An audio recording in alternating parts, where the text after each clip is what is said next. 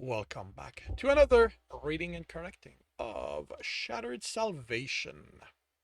With me, Kindar, the Tiger Writes, and Ty, the Tiger's supervisor. If you want to listen to these live, it's every Tuesday morning, 8 a.m. Eastern Time.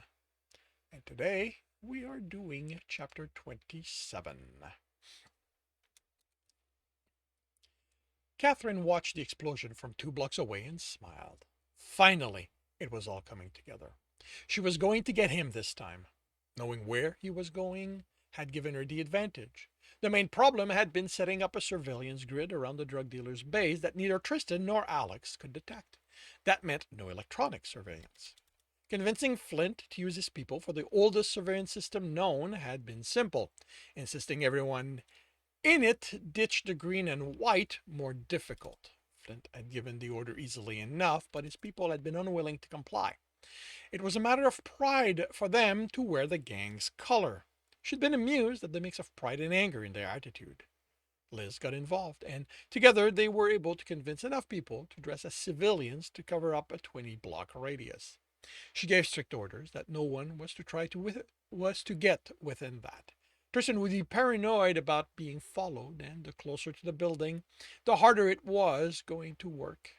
The harder he was going to work at spotting a tail. She had to remind the gang members they weren't looking to follow Tristan just when he was arriving.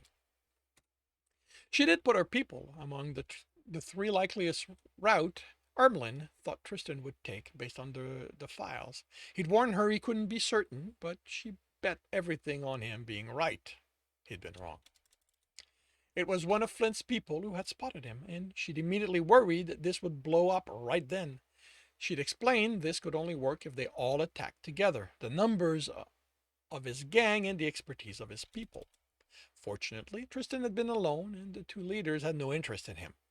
Their people might have wanted some revenge for the pain he inflicted on friends and family, but they wouldn't obey the orders. They wouldn't disobey the orders. Tristan had spent the afternoon walking around the building studying it. It was then that Brad contacted her to let her know about Martin's death from attempting access? For attempting to access Tristan's ship. Neither his death nor the destruction of the ship bothered her. Martin was only good as a distraction, and she didn't need him alive for that. The ship meant Tristan would be slowed if he somehow managed to escape her. Vernon, her sniper, had kept track of what Tristan did from his perch, half a mile away and up. From his reports and the other ones, from his report and the ones from Flint's spotters spread high with their own methods to enhance their vision, Tristan was casing the building. When the alien left, she'd set Armelin on him, hoping that her alien's predictive ability would let him both stay out of sight and figure out where Tristan was holed up. But Tristan had given him the slip inside a transit tunnel crowded with pedestrians. For a tall, furry alien, Tristan had a knack for blending in. She'd been disappointed, but not worried. It had been only a backup anyway. She knew Tristan would be back. And he was, this time with Alex, and Flint and Liz had impressed her with their self-control. Flint shook in anticipation, but he'd stayed with her, coordinating their people's movement along with hers, everyone staying 5 blocks behind Tristan and Alex. A few times, some of the gang's sniper reported they had a clear shot at Alex, but they were told to stand down. If Alex went down, Tristan would bolt. And the deal with Catherine was that she also got what she wanted out of this. That, and they wanted to make Alex suffer themselves. She didn't bring everyone in as they moved. She didn't bring everyone. She didn't bring everyone in as they. Wow. Um. Okay, this is hyper clunky.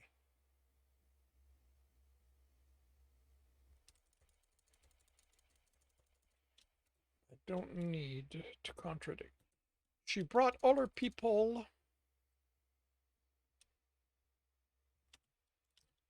in after the two of them,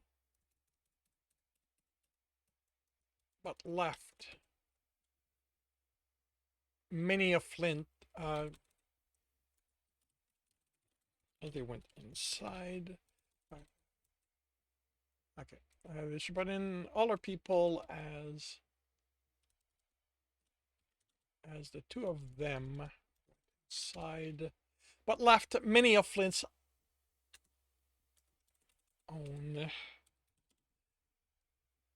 outside in a loose grid in case Tristan ran.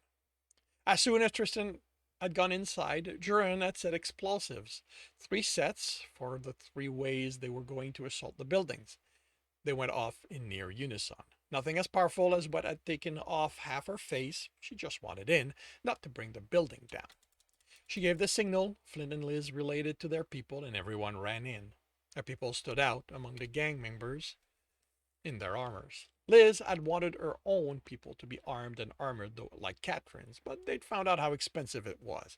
Even as a top gang on the planet, their finances were limited.